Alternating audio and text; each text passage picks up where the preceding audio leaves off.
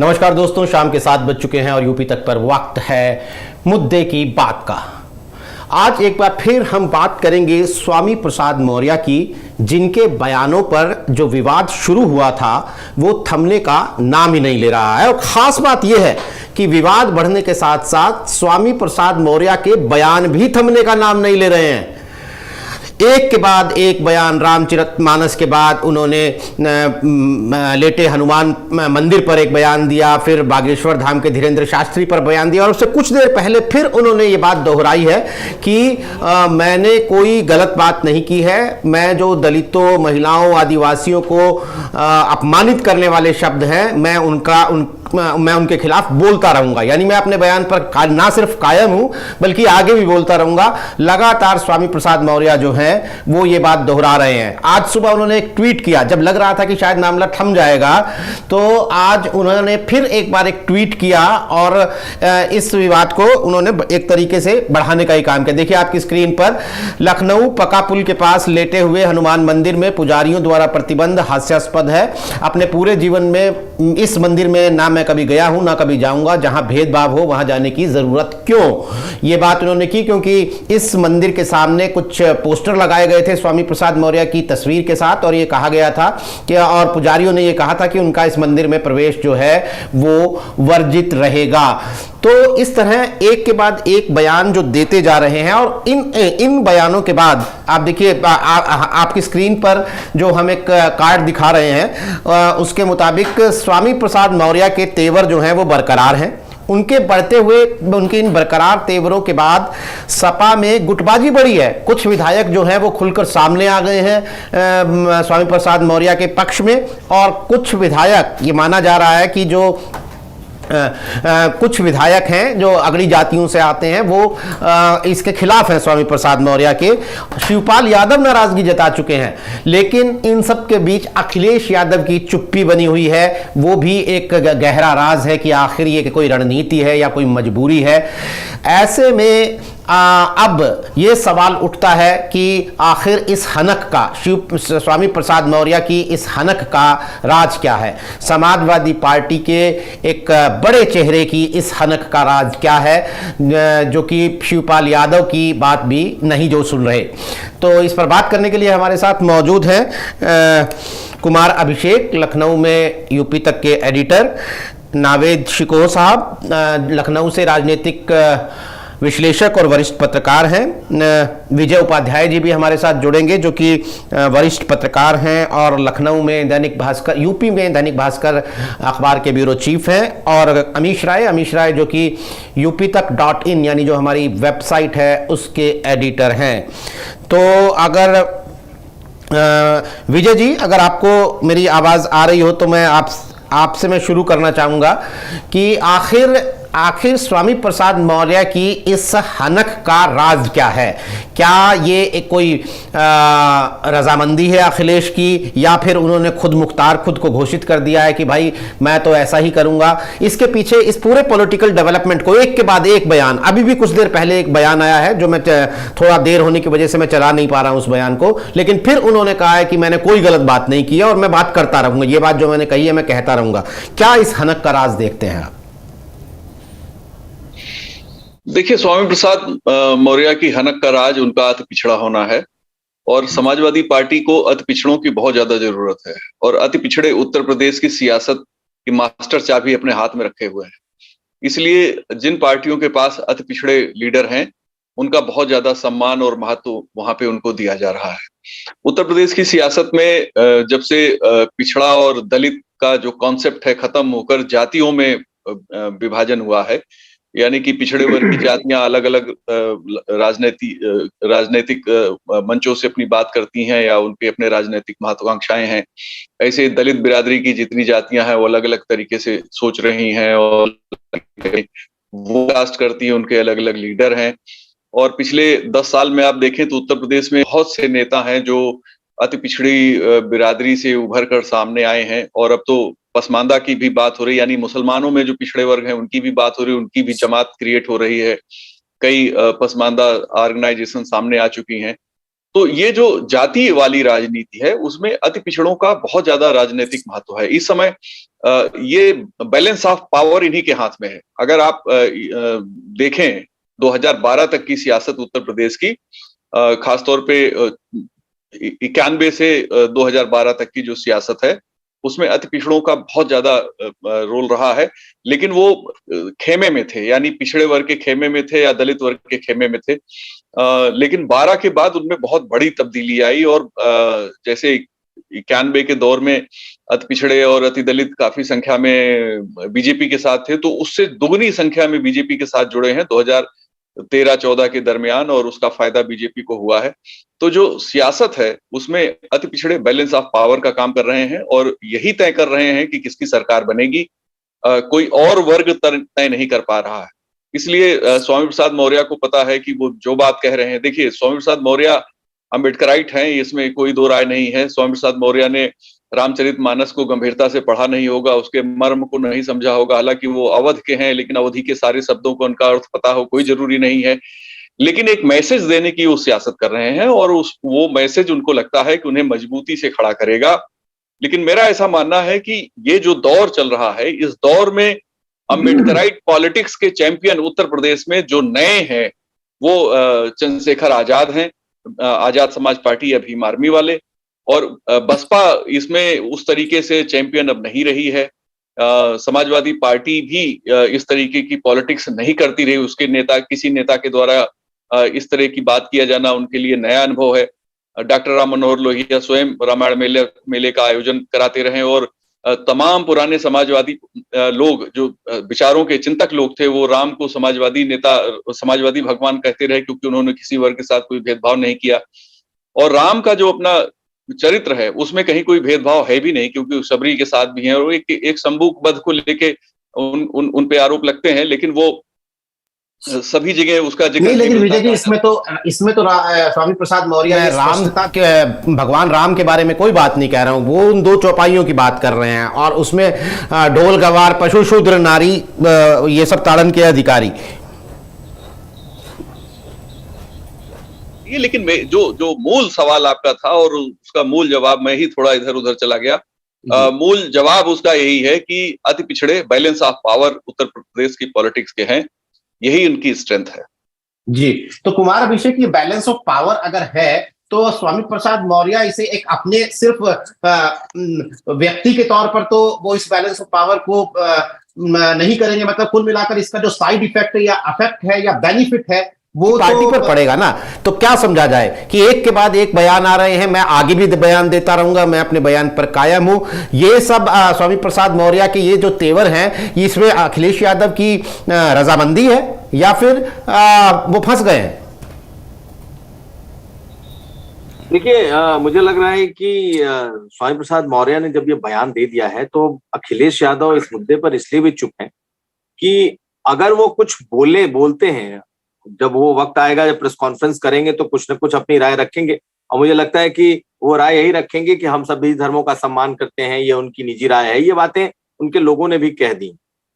लेकिन इस विमर्श को चलने देने में अखिलेश यादव का कोई बहुत नुकसान नहीं हो रहा है। देखिए, अखिलेश यादव अगर आज सत्ता में नहीं है तो उसकी वजह सिर्फ यही है कि उनके साथ अति पिछड़ों का वोट नहीं है। और अगर जो बीजेपी ने हिंदुत्व का एक बहुत बड़ा जो प्रयोग कर रखा है उसमें अगर उनका कोई बहुत बड़ा आधार है तो वो पिछड़े और अति पिछड़े हैं। और अगर स्वामी प्रसाद मौर्य के इस बयान का थोड़ा भी असर उस वर्ग में पड़ता है, उसके भीतर पहुंचता है, उसमें ये विमर्श शुरू होता है, इस पर चर्चा होती है, तो निश्चित तौर पर यह फायदा अखिलेश यादव को मिलेगा। उनको इस बात का नुकसान नहीं होगा कि ब्राह्मण विरोध में है। अब आप देखिए, जिस तरीके से अगर हम कहें कि मुसलमानों ने एक तरफा वोट किया अखिलेश यादव को 85, 86, 87%, तो ब्राह्मणों का वोट भी वैसा ही एक तरफा बीजेपी को गया है। ऐसी स्थिति में जो सारी लड़ाई सिमट रही है नीरज, वो सिमट रही है जिस बात को की ओर विजय उपाध्याय जी जिस बात को कह रहे थे।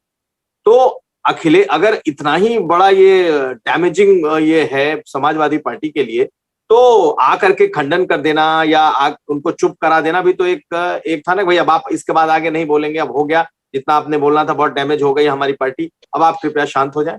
वो तो जिले जिले घूम रहे हैं और जिले जिले जाकर के अपनी बातों को बार बार कह रहे हैं। आज वो रायबरेली में थे और आज उन्होंने तो रायबरेली में ब्राह्मणों के खिलाफ एक तरीके से मोर्चा ही खोल दिया है। और वो आधार उन्होंने उस लेटे हनुमान जी के मंदिर का जो एक फोटो आया जिसमें उनपे मंदिर में बैन की बात की गई है कि उनको इस मंदिर में घुसने नहीं दिया जाएगा, इन्होंने रामचरितमानस के खिलाफ, तो उन्होंने इसे अपने पक्ष में कर लिया और इसी को आधार बना के उन्होंने ट्वीट किया है। और ट्वीट के बाद आज देखें तो उन्होंने रायबरेली में जमकर ब्राह्मणों पर हमला बोला है कि ये ब्राह्मण है जो कि उनके खिलाफ है। अगर उन्होंने तो कई और शब्द बोले हैं जो शायद मैं ना बोल पाऊं, वो उनके मुंह से ही हम लोग सुन लेंगे। उन्होंने कहा है कि वो भौंकते हैं भौंके। उन्होंने कहा कि ये जो मंदिरों में जो चढ़ावा बंद हो जाए, मंदिरों में अगर श्रद्धालु नहीं जाए तो इनकी दुकान बंद हो जाएगी। तो देखिए अब जो ये अगर इतना ही ये बुरे लगने वाली बात है तो उनको रोक दिया जाना चाहिए था। सबको मालूम है कि स्वामी प्रसाद मौर्य के तेवर क्या हैं, वो किस बैकग्राउंड से आते हैं। वो ऐसे अम्बेडकराइट्स हैं जो कि खुद भी वो अपने को बुद्धिस्ट मानते हैं। और आज एक और आपको बात बता दूं, आज बकायदा उनकी जो बेटी है संघमित्रा मौर्य, वो बीजेपी की सांसद है बदायूं से। आज यूपी तक ने उनसे भी बात की है और उन्होंने अपने पिता का को परोक्ष तौर पे ही लेकिन समर्थन किया है। उन्होंने कहा है कि मैं पिता की बात मैंने सुनी नहीं है, मैं नहीं जानती हूं, लेकिन अगर उन्होंने कोई बात कही है तो इस बात पर विद्वानों को चर्चा करनी चाहिए। और उन्होंने महादेवी वर्मा की एक कविता का सहारा लिया है और कहा है कि मैं हैरान हूं, ये जो कविता है उनकी उस पर कि भाई महादेवी वर्मा ने भी ये जो पात्र हुए हैं हमारे हिंदू धर्म के धर्म ग्रंथों में जो पात्र हैं उसमें अगर स्त्रियों के खिलाफ या फिर शूद्र के नाम पर जो बातें लिखी गई हैं उसका उन्होंने अपने साहित्य में विरोध किया है। तो देखिए अब ये मामला जो है, अगर हम ये मान भी लें कि अखिलेश यादव इसे पसंद नहीं करते हैं, अखिलेश यादव बहुत नाराज है जैसे कि हम लोगों ने भी इस लाइन को देखा था, लेकिन फिर वो रुक क्यों नहीं रहे हैं? तो सीधी सी बात है, देखिए इसमें सियासी फायदा है, इसमें सियासी फायदा है। इतना नुकसान अखिलेश यादव को उतना नहीं है। ये जरूर है कि अखिलेश यादव खुद उससे उन्होंने अपने को अलग करके रखा हुआ है। उनके खुद की जो अपनी छवि है वो उसको थोड़ा सॉफ्ट हिंदुत्व कर रहे हैं। लेकिन ये काम अगर स्वामी प्रसाद मौर्य कर रहे हैं और ये विमर्श को लेकर के जाते हैं तो ये दिखता ही है भाई ये तो स्वामी प्रसाद मौर्य का है, पार्टी का इससे कोई लेना देना नहीं है। पार्टी का जो स्टैंड है सो है और ये स्वामी प्रसाद मौर्य का है। लेकिन स्वामी प्रसाद के मौर्य का अगर ये विमर्श अगर आगे बढ़ता है तो राजनीतिक रूप से फायदा किसको होगा? निश्चित तौर पर यह समाजवादी पार्टी को फायदा होगा। तो मेरा मानना है कि ये एक ऐसी चुप्पी है जिसे आप आधिकारिक तौर पर नहीं कह सकते कि अखिलेश यादव ने जानबूझ करके चुप्पी ली है, ना ही ये हम कह सकते हैं कि अखिलेश यादव ने उन्हें खुली छूट दी है। लेकिन अगर इसके हम प्रॉस एंड कॉन्स को जब देखते हैं तो हमें दिखाई देता है कि अगर इस पर विमर्श शुरू होता है तो ये बीजेपी से ज्यादा समाजवादी पार्टी को कहीं ना कहीं फायदा देगा। कौन सा ऐसा वोट है जो उनको मिल जाएगा? ये ठीक है कि अब विधानसभा के चुनाव तो अब 5 साल के बाद है, अगला चुनाव अभी आने वाला तो लोकसभा का चुनाव है जिसे मोदी का लोग चुनाव कह रहे हैं। तो कहीं ना कहीं ये चीजें मेरा मानना है, लोगों से इनसे सहमत ना हो अलग बात है, लेकिन मेरा मानना है कि ये जो चुप्पी है ये एक रणनीतिक चुप्पी है और कहीं ना कहीं इसके पीछे एक सियासी रणनीति मुझे दिखाई देती है। जी ये चुप्पी एक रणनीतिक चुप्पी है। नावेद सिको सर, मैं आपके पास आऊंगा। जी दर्शकों के लिए हमने एक पोल किया है, हम यूट्यूब पर लाइव हैं। यूट्यूब पर हमने अपने दर्शकों से पूछा है कि क्या स्वामी प्रसाद मौर्य का तेवर अखिलेश यादव को फायदा पहुंचाएगा या नुकसान पहुंचाएगा? ये 2 ऑप्शन है दर्शकों के पास और इसका जवाब उन्हें देना है। नावेद सर, मैं आपसे सवाल लेता हूँ। जैसा कुमार अभिषेक जी ने कहा कि ये एक रणनीतिक चुप्पी है अखिलेश यादव की, लेकिन अगर हम 2022 के चुनाव से पहले देखें तो अखिलेश यादव फरसा उठाए नजर आ रहे थे। उनको ब्राह्मणों का चाहिए था, लेकिन 2022 के विधानसभा चुनाव में उन्हें ब्राह्मणों का वोट नहीं मिला। तो आपको क्या लगता है कि कुछ महीनों के भीतर ये जो टैक्टिकल शिफ्टिंग इन्होंने की है अखिलेश यादव, या ये एक रणनीतिक कोशिश है स्वामी प्रसाद मौर्य के बयानों पर चुप्पी, या अखिलेश यादव असहज है कि साथ दें तो किसका साथ दें? क्योंकि इधर अगर कुछ कहते हैं तो अति पिछड़े वोट छिटकने का डर है और उधर कुछ नहीं कहते हैं तो पार्टी के अंदर भी जो उनके ब्राह्मण विधायक हैं वो अपना रोष जाहिर कर रहे हैं। तो आपको क्या लगता है, ये रणनीतिक चुप्पी है या असहज स्थिति है? देखिए रणनीतिक चुप्पी तो नहीं है, लेकिन ये रणनीतिक चुप्पी बने जा रही है। मुझे लगता है कि योजनाबद्ध तरीके से या अखिलेश यादव ने स्वामी प्रसाद मौर्य के कंधे पर रख के बंदूक नहीं चलाई है। ये स्वामी जी को लग रहा होगा कि हमारी वो अहमियत नहीं पार्टी में है, हमें धीरे धीरे हम साइडलाइन हो रहे हैं, हम चर्चा में नहीं है, हमारे अनुभव के हिसाब से हमारी वैल्यू नहीं समाजवादी पार्टी में। तो उस बात के तहत उन्होंने इस संवेदनशील बात को बोला है जिससे नाराजगी हो सकती थी। जानबूझ के ये हो सकता है कि उन्होंने बोला और वही हुआ कि उनकी चर्चा शुरू हो गई है और एक तरीके से उनका पुराना वकार जो है वो वापस दिखाई दे रहा है। चर्चा जब होने लगती है तो नेता का कद बढ़ता है। लेकिन अखिलेश यादव उनके खिलाफ या उनकी बात को गलत ठहराने के लिए एक ट्वीट भी नहीं कर रहे हैं और चुप्पी साधे हैं। तो अखिलेश यादव को इस बात के बारे में पता है कि अखिलेश यादव के अगड़ा पिछड़ा जब माहौल उत्तर प्रदेश में बनेगा तभी उनका फायदा होगा। अगड़ा पिछड़ा माहौल जब जब हुआ तो क्षेत्रीय दल जीते, समाजवादी पार्टी जीती, बसपा जीती और भाजपा को शिकस्त हुई। ये वक्त है भारतीय जनता पार्टी का, ये दौर चल रहा है भाजपा का। वो भाजपा जिसने सनातन धर्म की तमाम जातियों को इस सूत्र में बांध के और उसकी ताकत हासिल की और सत्ता में तटस्थ है वो। उसको फिलहाल कोई टक्कर, कम से कम लोकसभा में तो हम लोग यही कह रहे हैं कि कोई सीधे टक्कर देने वाला फिलहाल तो नहीं, हो सकता है हो जाए लोकसभा चुनाव तक, फिलहाल तो नहीं। अखिलेश यादव को क्या एक बीच का रास्ता अपना रहे हैं, मुझे लगता है वो खत्म। जैसे इससे पहले वो एक सर्व समाज के नेता के तौर पर वो ब्राह्मण वोट चाहते थे और उसके लिए उन्होंने तमाम सम्मेलन और ये सब बातें कही, लेकिन उसमें उनको सफलता नहीं मिली। जैसा कि अभी हमारे एक साथी पैनलिस्ट ने कहा कि जिस तरीके से मुसलमान 80-90, 85-90% जो है वो समाजवादी पार्टी के साथ गया, उसी तरीके से भाजपा के साथ में अपर कास्ट यानी ब्राह्मण क्षत्रिय गया। ये बात सही है। अखिलेश यादव ये चाहते हैं कि उनको पिछड़ा, अति पिछड़ा उनके साथ आए और वो सत्ता पर काबिज हों, और ये भी चाहते हैं कि उनको सर्व समाज का नेता कहा जाए, ये भी चाहते हैं कि उनको जातिवाद का उनके ऊपर आरोप न लगे। तो देखिए, दो रास्ते तो नहीं हो सकते। मेरी एक कुछ पंक्तियां मेरी है कि या हया अपनाओ या फिर बेहया हो जाओ तुम, आंखों से आंखें मिलाकर कैसे शर्माओगे तुम, दो कश्तियों पे सवार कैसे होगे। अगर आप पिछड़ों के और अति पिछड़ों के नेता बनना चाहते हो तो आपको खुल के सामने आना पड़ेगा। आपको या तो ये कहना है कि स्वामी ने जो कहा वो सही है और उसका व्याख्या आप अपने तरीके से करिए, जैसे कि एक वर्ग करता है कि साहब यहाँ पर हमें राम तो आराध्य है, सबके लिए आराध्य है, ये बात सच है। अरे मुसलमानों के लिए भी आराध्य है, इस भारत के पिछड़ों के लिए भी है। यहाँ पर श्री रामचंद्र जी के मान सम्मान की कोई बात ही नहीं है। यहाँ पर कुछ शब्दों का जो यहाँ पर चौपाई में आते हैं उसके ऊपर एक बहुत पुराना विमर्श है, जिस पर एक पक्ष कहता है कि नहीं साहब अपमान है, एक पक्ष कहता है अपमान नहीं है, इसको आपको समझने का नजरिया गलत है। तो ये विमर्श अगर आगे बढ़ेगा तो समाजवादी पार्टी को फायदा होगा। ये विजय भाई ने भी बात बिल्कुल सही कही है और होना भी है। लेकिन अखिलेश यादव एक गलती कर रहे हैं, वो जो बीच का रास्ता अपना रहे हैं ना जी। देखिए, होता क्या है कि जब कोई, ये बहुत संवेदनशील मामला है, ये पॉलिटिकल, उत्तर प्रदेश का पॉलिटिकल सबसे बड़ा मुद्दा है। अगर अखिलेश यादव ये सोच रहे हैं कि हम सब समाज के बने रहे और हाथी के दांत की तरह कुछ अपर कास्ट के नेताओं को भी अपने साथ रखें, उनको पता है कि अपर कास्ट का वोट नहीं आता है, 10-15% भी शायद नहीं आता हो, लेकिन फिर भी हमें अपने को एक पूरा एक सर समाज का साबित करना है तो हाथी के दांत की तरह रख ले। लेकिन उनको पता है कि अति पिछड़ा जब हमारे साथ आएगा तभी हम विजय होंगे। तो अखिलेश यादव जी को ये समझना चाहिए कि जब बड़ा ऑपरेशन होता है तो सर्जन ही करता है, पैरामेडिकल स्टाफ उसका असिस्टेंट अटेंडेंट होता है, उसका सहायक होता है। ऑपरेशन पैरामेडिकल स्टाफ से नहीं कराया जाता है। स्वामी प्रसाद मौर्य से वो ऑपरेशन नहीं करा सकते, खुद सामने आना पड़ेगा और सचमुच अपने को बताना पड़ेगा कि सिर्फ हम पिछड़ों और अति पिछड़ों के लिए लड़ाई लड़ेंगे। ये मैं समझता हूं कि अगर इस तरह वो खुल के आ जाते हैं निडर होकर और रिस्क लेकर, तो मुझे लगता है सफलता मिलेगी। लेकिन अभी फिलहाल जो उनका स्टैंड है मैं समझता हूं बीच का है, इससे ना उनका फायदा जितना हो सकता है वो कतई नहीं होगा। जी विजय सर, ये तो एक हम लोगों ने फौरी टिप्पणी ली कि आखिर में अखिलेश की इस चुप्पी का राज क्या है, लेकिन चूंकि आप डेटा पॉलिटिक्स में डेटा का चर्निंग है उस पर आपकी नजर रहती है। 2022 के चुनाव में सर हमने देखा कि जो वोट बैंक बीजेपी का सॉलिड था, अति पिछड़ा वोट बैंक, उसमें अखिलेश यादव थोड़ी बहुत सेध लगाने में कामयाब रहे थे।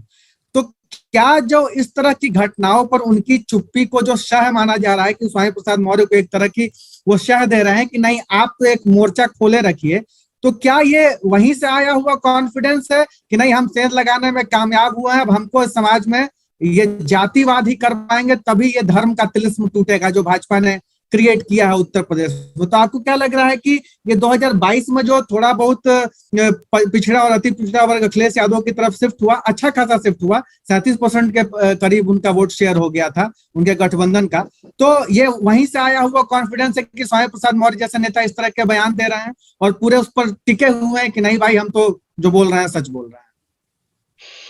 देखिए अमीश जी, जब कबीर माहौल नहीं बदल पाए, समाज में लोगों को नास्तिक नहीं बना पाए और निराकार राम की पूजा के लिए सबको नहीं मना पाए, तो स्वामी प्रसाद मौर्य के बस की बात नहीं। देखिए, मैंने सवाल नीरज जी का ये था कि इनकी स्ट्रेंथ क्या है, तो मैंने इनकी स्ट्रेंथ बताई कि अति पिछड़ा होना स्ट्रेंथ है, लेकिन अति पिछड़े के नेता के लिए स्वामी प्रसाद मौर्य नहीं है। केशव प्रसाद मौर्य और केशव मौर्य दो और नेता भी हैं, जिसमें केशव प्रसाद मौर्य उत्तर प्रदेश भारतीय जनता पार्टी के बड़े नेता हैं और उप मंत्री हैं, चुनाव जरूर हारे वो, लेकिन विधान परिषद में वो भी हैं। और केशव देव मौर्य जो महान दल के नेता हैं वो भी मौर्य हैं, उन्होंने भी बहुत सी टिप्पणियां की।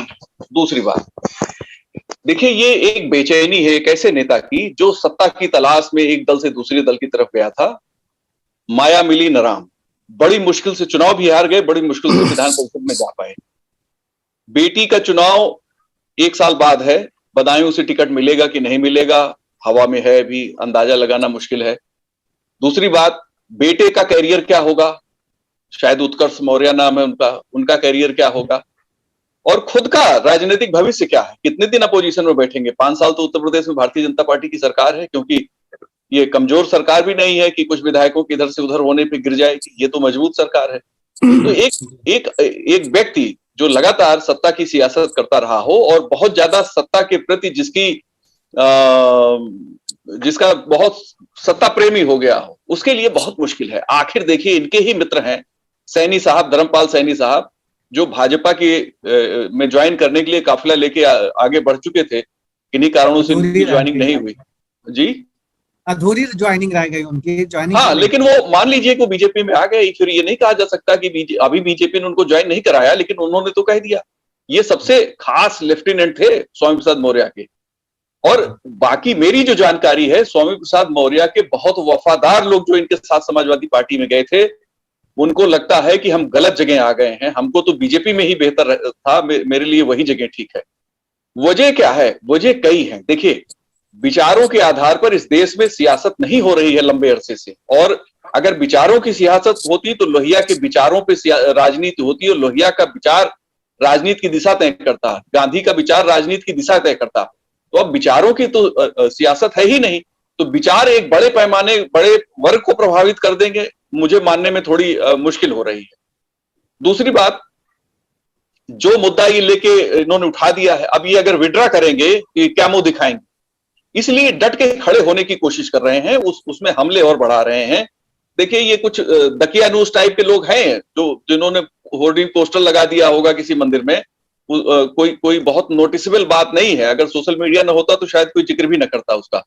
तो ये जो दकियानूस टाइप के लोग हैं, वो तो मौका देंगे स्वामी प्रसाद मौर्य को कि आप हमला करिए, लेकिन स्वामी प्रसाद मौर्य के इन हमलों का कोई इंपैक्ट कितना बड़ा पड़ पाएगा पूरे समाज में, मौर्य समाज में कितना पड़ पाएगा, क्योंकि 3 नेता मैंने आपको गिना दिए मौर्य समाज के। तो अकेले जब मौर्य समाज में स्वामी प्रसाद मौर्य की वो स्ट्रेंथ नहीं है, नहीं तो चुनाव क्यों हारते ये।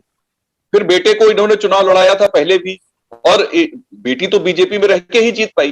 तो कई चीजें हैं, कई मुश्किलें हैं, आदमी अपने कैरियर को, अपने फैमिली को जब देखता है। मैं आपको एक और बात बता दूं, जब ये समाजवादी पार्टी में गए थे तो उसके 2 दिन बाद मैंने एक इंडिविजुअल अति पिछड़े नेताओं से बात किया था, और उसमें इनके वर्ग के भी लोग थे और दूसरे वर्ग के भी तमाम अति पिछड़े थे।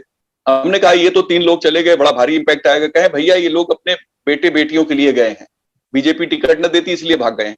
तो ये इंडिकेट करता है कि पब्लिक के पास नेता के बारे में पूरी जानकारी है, और पब्लिक समझती है कि कोई नेता कोई बात क्यों कहता है और कोई निर्णय क्यों करता है।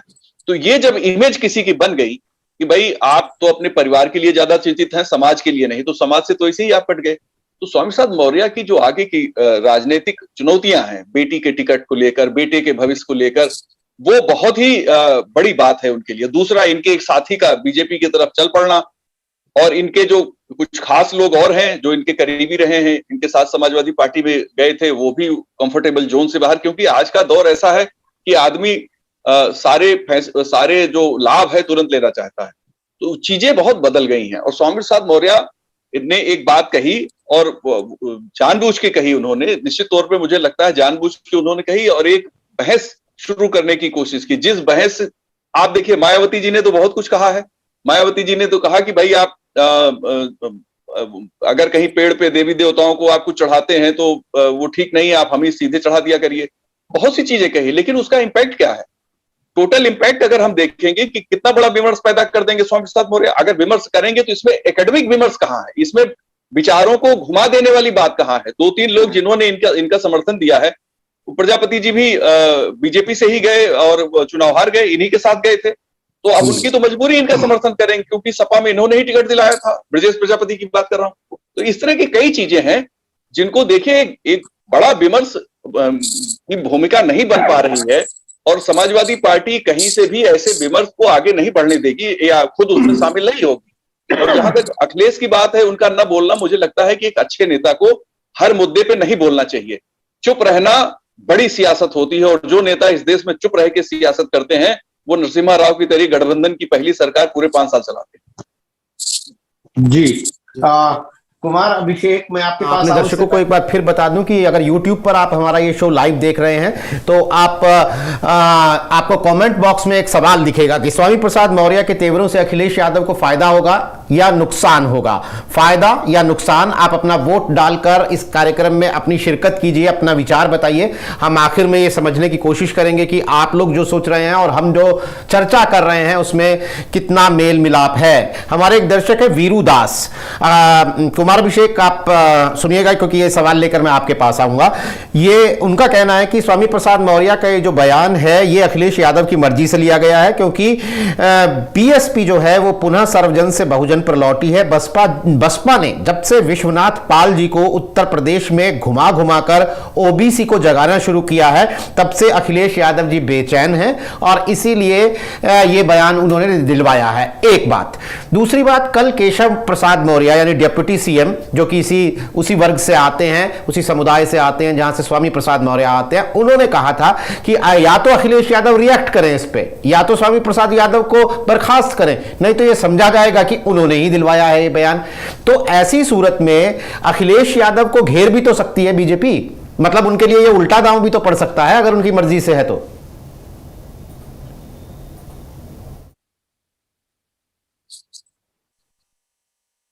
कुमार अभिषेक, आपको आवाज आ रही है? कुमार अभिषेक का लगता है कि इंटरनेट। नावेद जी, आपने अगर सवाल सुना है तो आपसे मैं इसका जवाब लेना चाहूंगा। जी जी देखिए, एक चीज मैं जरूर कहना चाहूंगा कि देखिए, राजनीति में विचार का कोई मतलब नहीं रह गया और एकेडमिक लॉजिक का भी कोई मतलब नहीं रह गया। राजनीति का अब काम क्या हो गया है कि हम किस विमर्श से कौन सी भावनाओं को भड़का दें, भावनाओं को भड़का के और भावनाओं को अपने काबू में करके ही सफल राजनीति कही जाती है। मुझे लगता है कि इस तरह का जो विमर्श और चर्चा, परिचर्चा अगर हो रही है तो ये बात सही है कि अगड़े और पिछड़े की तरफ ये ले जाएगी, बशर्ते ऐसी बेवकूफी नहीं करे समाजवादी पार्टी या उसके नेता जैसे शिवपाल जी ने की थी। उन्होंने सीताराम से खुद जोड़ लिया था, वो खुद भाजपा के पिच पे आ गए थे। अगर इस पर सवाल उठाया है मौर्य जी ने तो उसको अपने तरफ से अगर वो व्याख्या करे कि साहब इसमें राम जी का कोई भी रोल नहीं है, उनके सम्मान की कोई आदर सम्मान में कोई कमी नहीं है, ये अगड़े और पिछड़े की बात है। जिस तरीके से हम इस शब्दों का, इसलिए क्योंकि इसके शब्द जो है इस बात को स्पष्ट करते हैं कि कहीं पिछड़ा, कहीं दलित, कहीं आदिवासी जो है उसको छोटा समझा गया। वो अपनी बात पर राजनीति में, मैं ये नहीं कह रहा हूं कि ये बात सही है, कतई सही नहीं हो सकता या सही हो, मैं उसकी एकेडमिक बातों में नहीं जा रहा हूं, लेकिन राजनीति का मतलब भी होता है बेमतलब की बातों में अपनी ताकत बढ़ाना।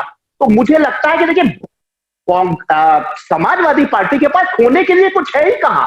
अगड़े नाराज होते हैं तो हो जाने दीजिए, सियासत तो यही कहती है, कितने नाराज होंगे और कितना वोट देते हैं। अगर इस विमर्श से उनके पास अति पिछड़ा कुछ भी आ जाता है तो फायदेमंद तो है ही है। मुख्य बात यह है कि अखिलेश यादव इतने बड़े पार्टी नहीं चला रहे हैं कि उनके पास सेकंड लाइन के मजबूत नेता हैं। उन्होंने खुद सेकंड लाइन की लहर तैयार ही नहीं की है। ऐसे में उनको फ्रंट में आना पड़ेगा। उनकी खामोशी एक राष्ट्रीय नेता के तौर पे अखिलेश यादव नहीं है कि उनकी आगे पीछे की पंक्ति उसको संभाल लेगी। पीछे की पंक्ति में चर्चा जरूर हो रही है, लेकिन मौर्य जी को या दूसरे सेकंड शिवपाल जी को या सेकंड लाइन के जितने भी नेता हैं उनको उन्होंने इतनी ताकत ही नहीं दी है। उनको क्योंकि क्षेत्रीय दल के नेता होने के नाते जाति के सम्मान की जहां बात होती है, अगले पिछड़ों की जो बात जिसके आधार पर ये पार्टी बनी है, जो सामाजिक न्याय की बात करता है, उनको सामने आना पड़ेगा। और अगर वो सामने आते हैं तो उनके लिए खोने के लिए इसमें कुछ नहीं है, बशर्ते इस बात की कि इस मामले को जिस तरह भारतीय जनता पार्टी की हिंदुत्व से और श्री रामचंद्र जी से जोड़ रही है, उससे अलग करके अगले पिछड़े को अगर इस विवादित बात की व्याख्या की जाए तो मैं समझता हूं समाजवादी पार्टी फायदे में रहेगी। लेकिन खामोशी खतरनाक है और इसके लिए अखिलेश यादव को कम से कम एक लीडर होकर सामने आना पड़ेगा और उस व्याख्या को अपने तरीके से करना पड़ेगा और इस विमर्श को आगे बढ़ाकर ये बताना होगा कि हम पिछड़े अति पिछड़ों के ही नेता हैं। जी कुमार, अगर आपको मेरी आवाज आ रही है तो मैं आपसे सवाल पूछ रहा था कि प्रसाद मौर्य ने ये कहा कि भाई या तो अखिलेश यादव बर्खास्त करें स्वामी प्रसाद मौर्य को, नहीं तो हम ये समझेंगे कि उनकी, नहीं तो ये समझा जाएगा कि उनकी मर्जी से दिलवाया गया बयान है। तो यानी अगर बीजेपी, हालांकि बीजेपी भी कोई बहुत एग्रेसिवली इस पर सामने नहीं आई है, लेकिन अखिलेश यादव घिर भी तो सकते हैं। अगर एक तरफ ये लगता है कि उनकी पार्टी को फायदा है तो वो घिर भी तो सकते हैं। निश्चित तौर पर देखिए, अखिलेश यादव की जो पार्टी है वो उस तरीके से अग्रेसिव पॉलिटिक्स नहीं कर सकती है। वो या चाहे बेशक वो पिछड़ों की बात हो, अति पिछड़ों की बात हो, स्वामी प्रसाद मौर्य जिस लाइन की बात कह रहे हैं, समाजवादी पार्टी किसी सूरत में उस तरीके की अग्रेसिव पॉलिटिक्स नहीं कर सकती कि अगर ब्राह्मणों का वोट नहीं मिला तो वो पूरी तरीके से ओबीसी को अपने साथ लेने के लिए एंटी ब्राह्मण रेटरिक किए जाएं या फिर जो धर्म ग्रंथ है उस पर सवाल उठाए जाएं। मुझे लगता है अखिलेश यादव इसको कतई नहीं चाहेंगे, लेकिन मैं इसको कह रहा हूँ रणनीतिक चुप्पी रणनीतिक इसलिए हो सकता है कि ये चाहे अनचाहे वो चुप हो, लेकिन उन्हें कहीं ना कहीं लगता है कि ये विमर्श अगर चल रहा है तो उनका बहुत सीधे नुकसान हो जाएगा। देखिए, स्वामी प्रसाद मौर्य को लेकर के मैंने कहा कि पार्टी ने अपना रुख एक तरीके से क्लियर किया, ठीक है, अखिलेश यादव ने नहीं बोला, उन्होंने प्रवक्ताओं को लाइन नहीं दी, लेकिन शिवपाल यादव ने आकर के कह दिया कि ये उनका निजी बयान है। और आज स्वामी प्रसाद मौर्य ने भी कहा कि हाँ, शिवपाल जी बिल्कुल ठीक कह रहे हैं, ये मेरा निजी बयान है।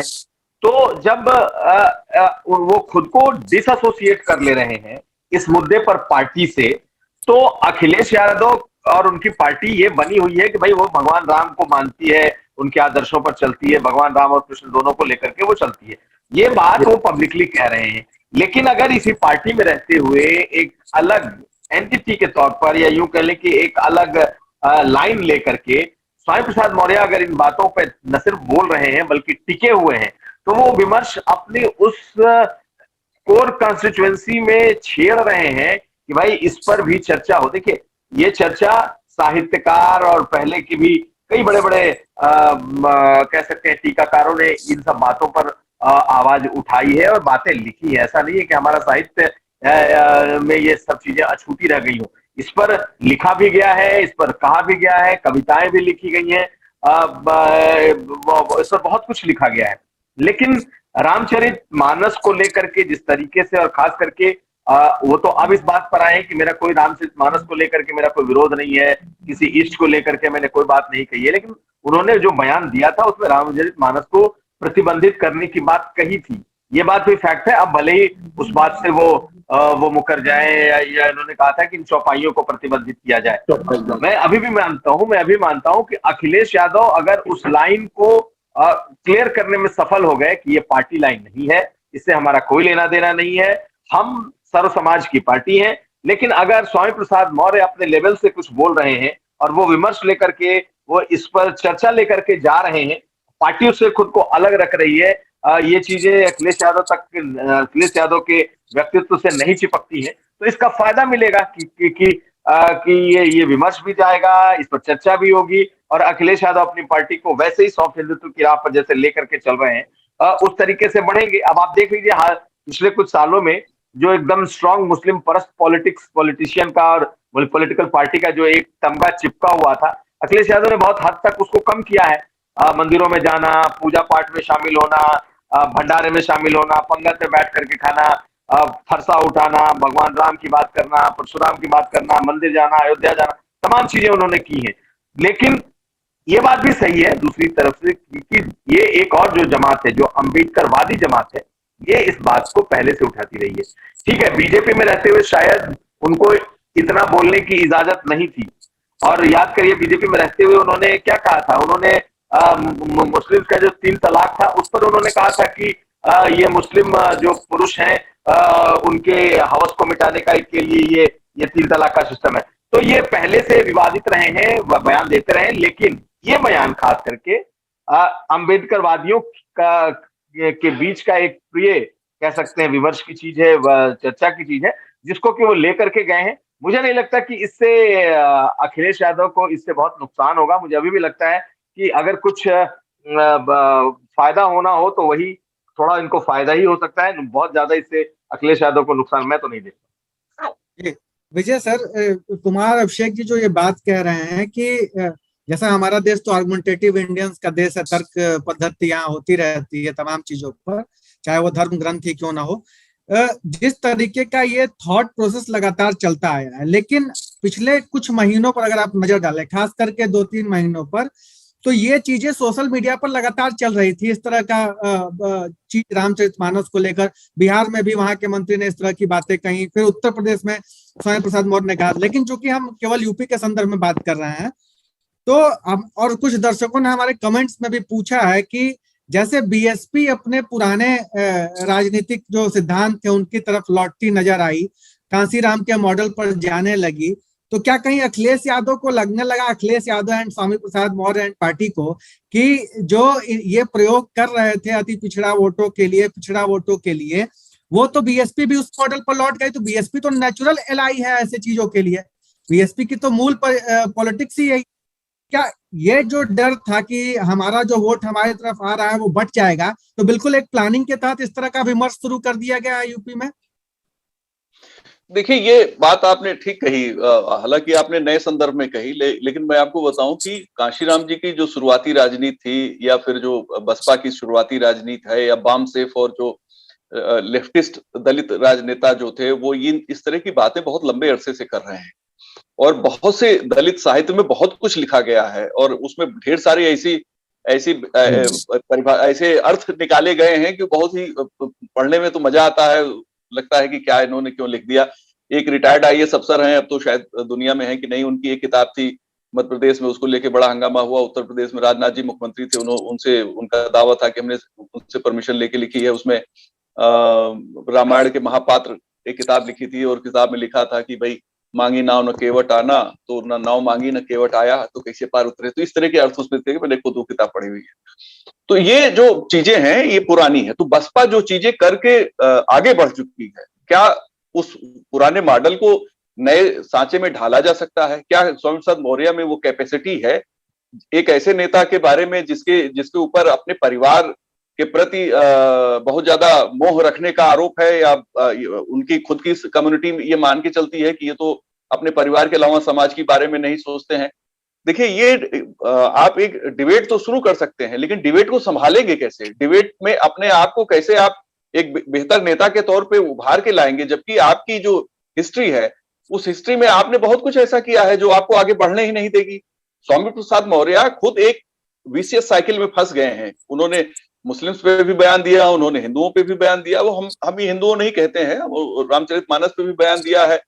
तो कई जगह उन्होंने काफी कुछ बोला है। दूसरा, रिजल्ट क्या दिया आपने?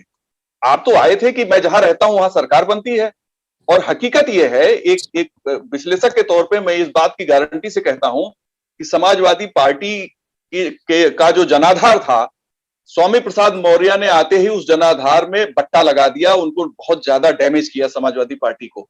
अब इस बात को समाजवादी पार्टी के लोग किस रूप में लेते हैं वो उनकी प्रॉब्लम है, लेकिन मैं एक विश्लेषक के तौर पे ये बात कह सकता हूं कि इन्होंने आके जो 85 बनाम 15 की लड़ाई शुरू की, तो 85 तो पहले से बीजेपी के साथ है, इनके साथ कौन है? और इन्होंने लड़ाई छेड़ दी, और लड़ाई जो छिड़ी उसमें फिर दूसरी चीजें उभर के सामने आ गई और वहां पे जो समाजवादी पार्टी का वोट था वो वोट नीचे चला गया। ये बात सही है कि ब्राह्मणों ने समाजवादी पार्टी को वोट बहुत कम दिया, बहुत ही नॉमिनल दिया, लेकिन ये भी सही है कि ब्राह्मण समाजवादी पार्टी को वोट देना चाहता था, पूरी उत्सुकता से वो देने के लिए लालायित था कि हम इनको वोट दे दें। लेना तो आपका काम है, आप ले पाते हैं कि नहीं ले पाते हैं। तो ये जो परिस्थितियां हैं, इन परिस्थितियों में स्वामी प्रसाद मौर्य की कैपेसिटी मुझे ऐसी नहीं दिखती है, ना उनकी हिस्ट्री ऐसी है। हालांकि नेता कभी भी चमत्कार कर सकते हैं। मुझे जो लगता है कि इनके सामने इनकी बेटी का राजनीतिक भविष्य है कि लोकसभा की सीट उनको चाहिए। अगर 24 में उनको टिकट भाजपा नहीं देती है तो दूसरा उनके बेटे का भविष्य क्या होगा और खुद उनका राजनीतिक महत्व जो है उनको कैसे उसको अचीव करेंगे। तो इनको बिहार से प्रेरणा मिली। चंद्रशेखर जो वहां के मंत्री हैं, उन्होंने जो बयान दिया तो इनको लगा कि ये डिबेट हम शुरू कर सकते हैं और इस डिबेट में काफी कुछ दम है, तो उन्होंने ये शुरू कर दिया। एक सवाल मैं भी ले लेता हूँ विजय जी, आप ही से मेरा ये सवाल है कि आपको ये कोई डिजाइन नहीं लग रहा कि बिहार से शुरू हुआ, डिलिबरेटली शुरू किया गया और बिहार और उत्तर प्रदेश तक ये पहुंचा है?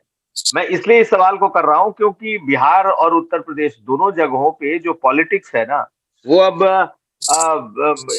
या तो अगर जो जो पिछड़ी जातियों की पॉलिटिक्स है, उन्हें लगता है कि अगर हम दोबारा से ओबीसी और ईबी के साथ ईबीसी के साथ गोलबंद नहीं हुए तो फिर हमारी अपनी पॉलिटिक्स खत्म हो जाएगी। ये 90 का दौर याद करिए जब इस तरह के नारे होते थे, भूरा बाल साफ करो या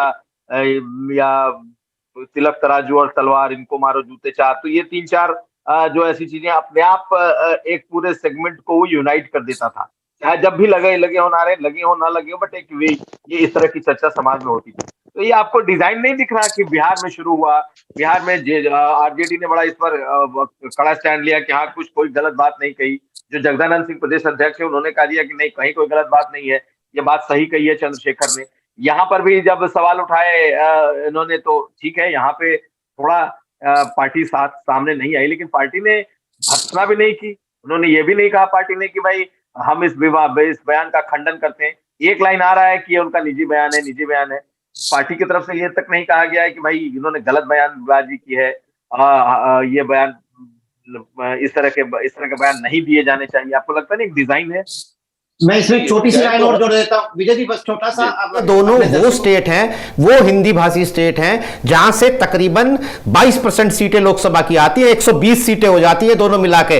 यानी लोकसभा में बैठने वाला हर चौथा सांसद या तो बिहार का होता है या यूपी का होता है। देखिए 100% ये डिजाइन है, एक सोची समझी रणनीति के तहत इसको आगे बढ़ाने की कोशिश की गई। डेस्परेट विपक्ष बीजेपी को रोकने के लिए पिछड़ों को अपने साथ लाने की कोशिश कर रहा है, जिसके लिए उन्होंने इस तरह का एक विमर्श शुरू किया है, उसे आगे बढ़ाने की भी कोशिश कर रहे हैं। लेकिन जो परिस्थितियां हैं पुराने जमाने के हिसाब से, यानी 90 के हिसाब से और 2022 में बहुत अंतर है। तब जो सीनियर लीडर थे या नेशनल लीडर थे, उसमें मोस्टली अपर कास्ट के लोग थे, ब्राह्मण थे, क्षत्रिय थे, या फिर स्टेट में भी जो बड़े नेता थे वो ब्राह्मण या क्षत्रिय थे या कायस्थ थे या फिर यादव समाज के थे। तो वो दौर अलग था। तब इस तरह के आरोप लगाने से चीजें बदली हैं, बहुत ज्यादा बदली, और वो एक नई चीज थी उनके लिए। अब ये मॉडल नया नहीं है, ये मॉडल बहुत बार टेस्ट हो चुका है, कई बार लॉन्च करने के में फेल हुआ, रीलॉन्च करके फिर फेल हुआ, बार बार रीलॉन्च हो रहा है, और ये भी एक रीलॉन्चिंग का प्रयोग है। 79 जातियां हैं ओबीसी की, उसमें मौर्य समाज के अकेले नेता स्वामी प्रसाद मौर्य नहीं है, और पिछड़े समाज आज सरकारी योजनाओं के लाभार्थी के तौर पे अपने को पेश देख रहा है।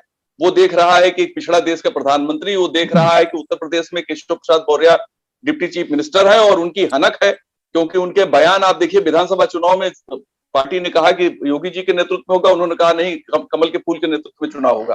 तो ये जो नई परिस्थितियां हैं, इसमें ये क्लिक नहीं करेगा। क्लिक इसलिए भी नहीं करेगा कि इतने ज्यादा नेताओं की तादाद है जातियों के आधार पर। ओम प्रकाश राजभर को कैसे मनाएंगे? ओम प्रकाश राजभर तो वैसे ही इनका सारा वाट लगाते घूम रहे हैं। या फिर और भी अभी केशव देव मौर्य तो बोले नहीं, वो जब बोलेंगे तो क्या बोलेंगे? बहुत सी चीजें ऐसी हैं कि जो 90 की परिस्थितियों से बहुत ज्यादा अंतर पैदा कर देती है। दूसरा, जो समाजवादी पार्टी पे आरोप रहा 12 से 17 के दरमियान कि इन्होंने सिर्फ यादवों को महत्व दिया, इसको रेक्टिफाई आज तक नहीं किया गया। बसपा पे जो आरोप रहा कि नहीं, उनकी सरकार में सिर्फ जाटो समाज का ही दबदबा रहा, वो उसी की वजह से तो दलित विभाजित हुआ, और सपा पे जो आरोप लगा उसकी वजह से पिछड़ा विभाजित हो गया, और उसका फायदा बीजेपी के खेमे में चला गया।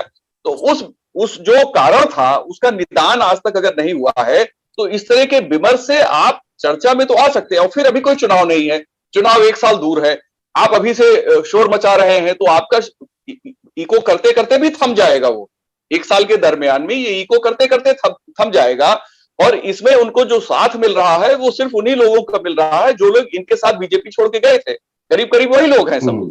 तो ये जो इनका जो समूह है समाजवादी पार्टी में, वो अपने को इनके साथ जोड़ के देख रहा है।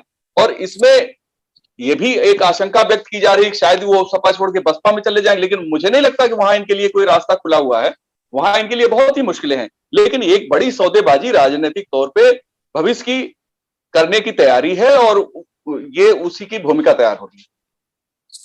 जी नागेश को साहब, इसी पर आना चाहता था। विजय जी ने उसका लीड इन दे दिया मुझे कि अखिलेश यादव का वोट, भले ही हम 2022 में ये कहते हैं कि 37% पे पहुंच गया उनके गठबंधन का वोट, लेकिन उसमें बड़ी बात है कि ओम प्रकाश राजभर और केशव देव मौर्य जैसे साथी तो छिटक गए ना, और वो अति पिछड़ों की राजनीति तो वो कर रहे थे, पूरब में वोट तो वहां से आया था। तो ये भी तो अखिलेश यादव के सामने संकट है कि भाई मुझे अपना वोट बढ़ाना था, लेकिन वो 37% का आंकड़ा कागजों में भले ही दिखता हो, लेकिन वो जो टीम, जो पार्टियों का गुलदस्ता जो मिलकर उसे लाया था, वो तो टूट चुका है। हाँ बिल्कुल, ये बात तो जरूर है कि ये नुकसान के बारे में सोच रहे होंगे, क्योंकि ये नेता इनके गठबंधन के साथी थे जिन्होंने इनका वोट प्रतिशत बढ़ाया था, इस बात को मानना पड़ेगा। और वो नाराज होकर चले गए हैं, इनके खिलाफ बयान दे रहे हैं, इनके खिलाफ माहौल बना रहे हैं, पिछड़ों में, अति पिछड़ों में। ये बात सही है, और अखिलेश यादव को इसको लेकर घबराहट जरूर होगी। लेकिन मुझे लग रहा है कि रिप्लेस करने के लिए, उनकी जगह के लिए वो अब किसी, और ये मैं भी मानता हूं कि अब वो जमाना आ गया है, खासतौर से सेकंड लाइन के जो दल है, क्षेत्रीय दल, उसमें नेता क्या कह रहा है, कौन कह रहा है, ये महत्व नहीं रखता है, क्या चर्चा शुरू हो रही है। यानी भावनाओं की लगाम को हाथ में पकड़ने की ही दौड़ है, और यही एक सबसे बड़ी रेस है।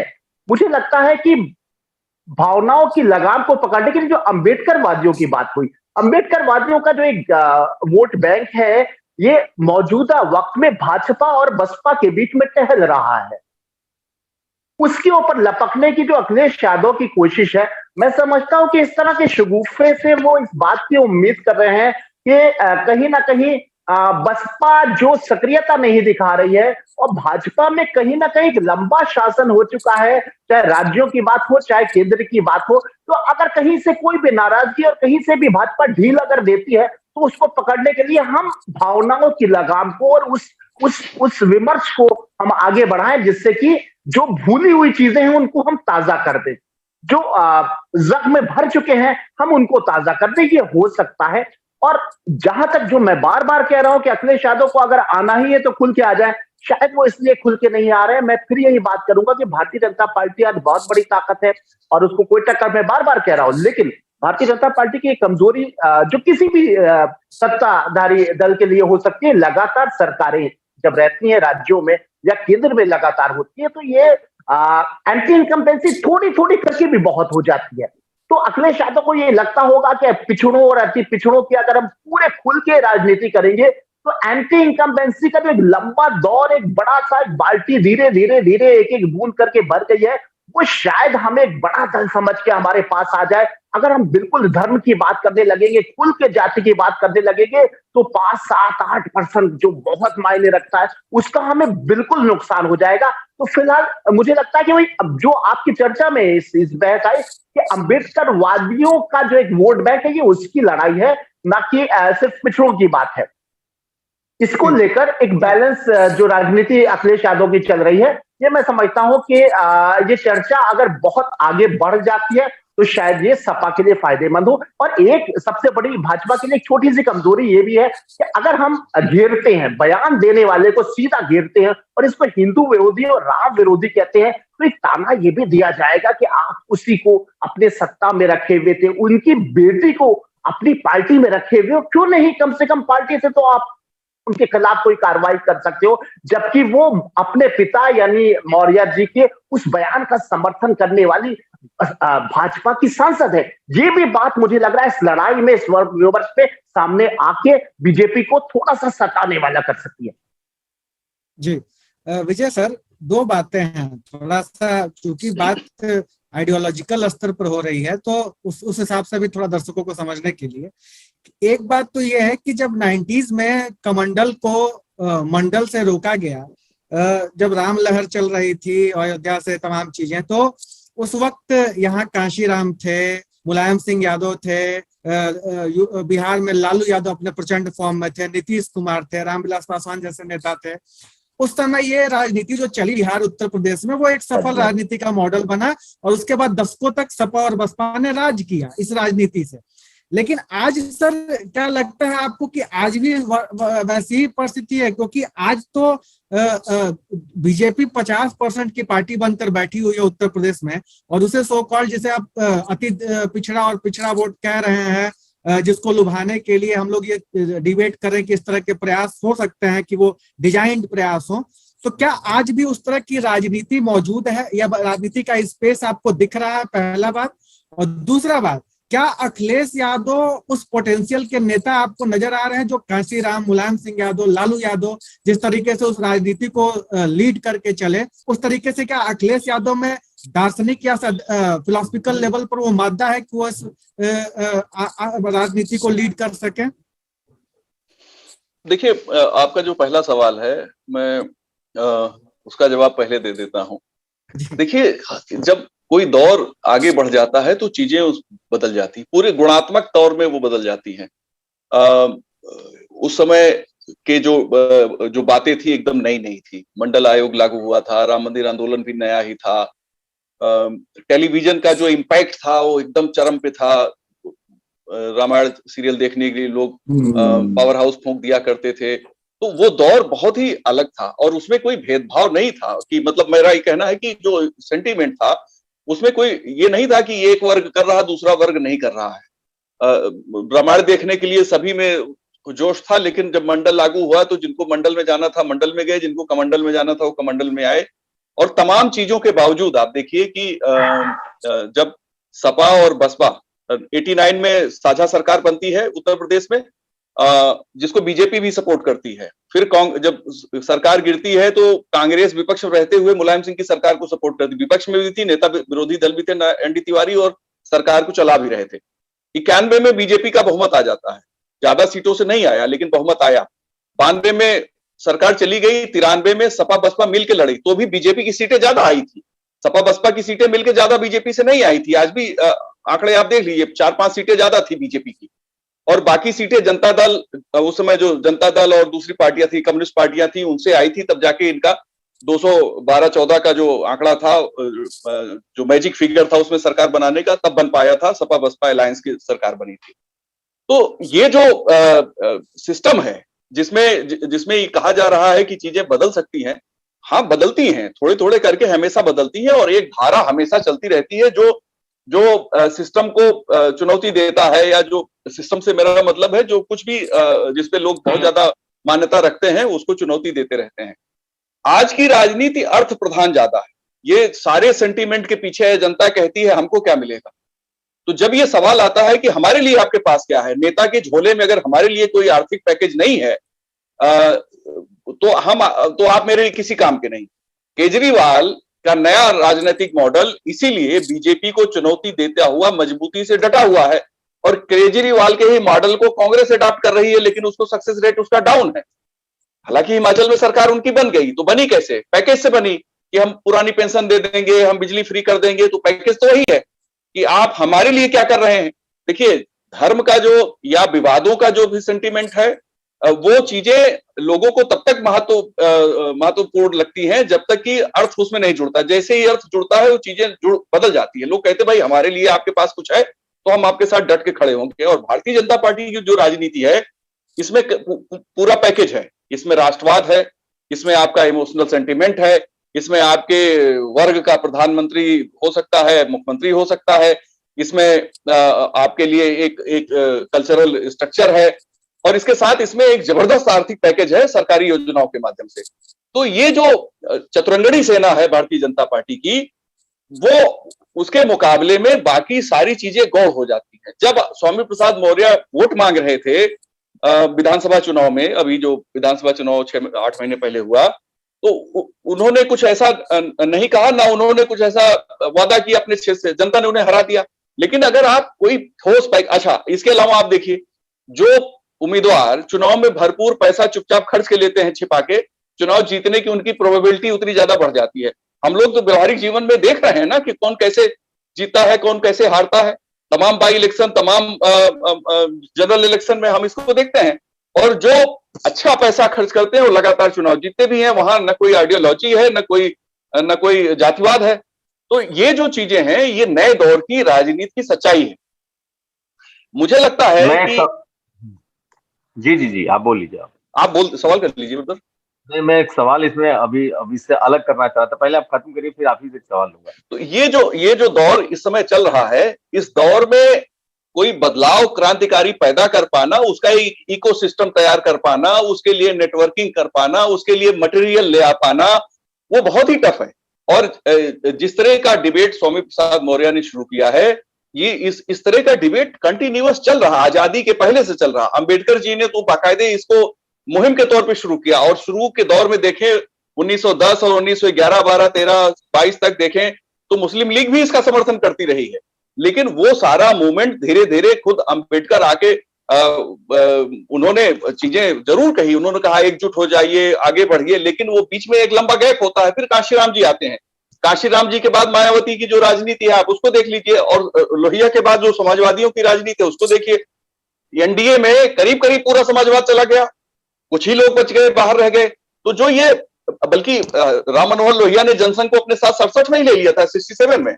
तो ये जो चीजें हैं, इन सारी चीजों को अगर आप जोड़ के आगे बढ़ेंगे तो मुझे लगता है कि बुनियादी बात ये आती है कि आपकी राजनीति का आपका मॉडल क्या है, उस मॉडल पे सारा डिबेट आके टिक जाता है। जी बिल्कुल। हाँ, मैं एक सवाल, आपने चूंकि चर्चा छेड़ दी तो मुझे लगता है कि हो सकता है ये हमारे लिए भविष्य का विमर्श हो जाए। वो ये कि आपने एक लाइन कह दिया कि इनके लिए हो सकता ये बसपा में भी जाने की कोशिश कर सकते हैं, उनका जो ये विचार है। और आज जब मायावती पूरी तरीके से अति पिछड़े ओबीसी इनको साधने में जुटी है, तो क्या ये कहीं ऐसा तो नहीं कि बीएसपी की तरफ इशारा दे रहे हैं, बीएसपी की तरफ हाथ बढ़ा रहे हैं? ये अलग बात है कि मायावती ने अभी 15 जनवरी को ये कहा था कि वो किसी भी अपने नेता को वापस नहीं लेगी। और खास करके मायावती इनसे बेहद नाराज रही है जब उन्हें वो पैसों के हवस की देवी का उनको टाइटल दिया करते थे। लेकिन क्या आपको लगता है कि वो, क्योंकि बीजेपी नहीं, सपा में भी अगर आपकी माने तो इनके ये अपने बयान है, तो क्या ये अब बसपा की तरफ जा सकते हैं, जहां अपने बच्चों को भी सेट करने की बात जो आप कह रहे थे, जिससे कि ये परेशान इस समय? देखिए, अब ये मुझे ऐसा लगता है कि कंफ्यूजन में है कि करना क्या चाहिए, जीत कहां से होगी। असल में अब पार्टी इनके लिए महत्वपूर्ण नहीं है, इनके लिए जीत महत्वपूर्ण है कि जीत कहां से होगी। तो जीत के तलाश में हाथ पैर मारने की जद्दोजहद चल रही है। नहीं तो जीत तो इनको बीजेपी से मिल ही सकती थी, ये बीजेपी की तरफ भी आने की कोशिश कर सकते थे। तो क्या आपको लग रहा है कि कोशिश नहीं हुई होगी? तो अब इस तरीके का बयान देंगे और भाजपा में आएंगे, दोनों एक साथ कैसे होगा? क्या पता बयान बाद में दिया हो। चीजें बहुत ही, देखिए राजनीति में नेता स्वार्थों के रंग में गिरगिट से ज्यादा सातिर है। वो बहुत तेजी से रंग बदलता है, उसके लिए वो लॉजिक भी दे देता है। सेंटिमेंटल तो उसके समर्थक होते हैं जो अपने नेता के साथ कहीं भी चले जाते हैं, उसी विचार के खिलाफ लड़ते हैं, फिर उसी के साथ डट के खड़े हो जाते हैं। ये जो दौर चल रहा है, इसमें आप ये निश्चित जानिए कि सिर्फ और सिर्फ जीत की तलाश है, एडजस्टमेंट की तलाश। और ये समाज सपा में रहते हुए हो सकता है, तो सपा में भी कोई जरूरी थोड़ी है अखिलेश जो है, जिसको चाहे उसको टिकट, जिसको ये कहेंगे उसको अखिलेश ही टिकट दे देंगे। कोई गारंटी है क्या इस बात की? जिस तरह से विधानसभा में समाजवादी पार्टी ने इनको महत्व दिया है, कोई जरूरी है लोकसभा में दे दे? बदायूं की सीट बहुत ही महत्वपूर्ण है समाजवादी पार्टी के लिए। क्या संघमित्रा समाजवादी पार्टी से वहां लड़ सकती है? इस तरह की कोई संभावना बन सकती है? बहुत सी और भी पहलू हैं, मतलब इतने आयाम हैं इसके कि नीरज जी अगर इसमें चर्चा करते रहेंगे तो एक लंबी चर्चा हो जाएगी, क्योंकि नेताओं का जो चरित्र चित्रण है वो तुलसीदास भी हाथ रख देंगे, तुलसीदास जी कलम अपनी रख के छोड़ चले जाएंगे, क्या भैया हमने सब बखान किया, ये बखान करना हमारे लिए संभव नहीं है। बिल्कुल।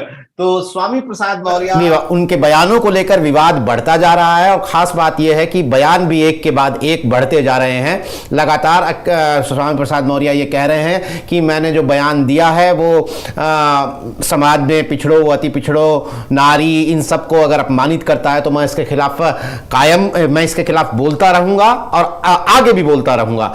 तो ये विवाद आगे कहां तक जाएगा ये देखने वाली बात होगी। लेकिन इस कार्यक्रम में हमने जो चर्चा की उसमें उसका लब्बो लबाब यह है कि स्वामी प्रसाद मौर्य इस विमर्श को चुनाव की राजनीति तक शायद खींचने में उन्हें मुश्किल होगी। अखिलेश यादव को बहुत ज्यादा पॉलिटिकल फायदा पहुंचाने में ये बयान या ये रणनीति जो है वो काम करती हुई नहीं दिखती है। हालांकि अखिलेश यादव चुप हैं और वो चुप ही फिलहाल मुझे लगता है कि उनका वो ये पानी नाप रहे हैं, वो पारा टेस्ट कर रहे हैं कि भाई ये आगे कहां तक जाता है बयान, उसके हिसाब से शायद वो अपना कोई बयान या वो अपना रुख सामने रखें। हमने YouTube पर दोस्तों आपसे ये पूछा था कि स्वामी प्रसाद मौर्य के तेवरों से अखिलेश यादव को फायदा होगा या नुकसान।